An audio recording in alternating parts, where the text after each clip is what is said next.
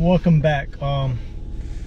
Basically today I'm just taking this car for a car wash, the Z4, and cleaning it up, just to try to get an idea of what these wheels look like on this car.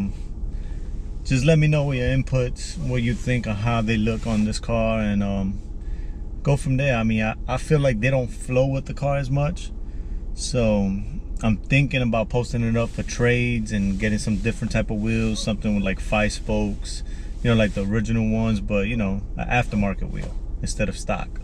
And I want 19s because I like the way how 19s look on this car.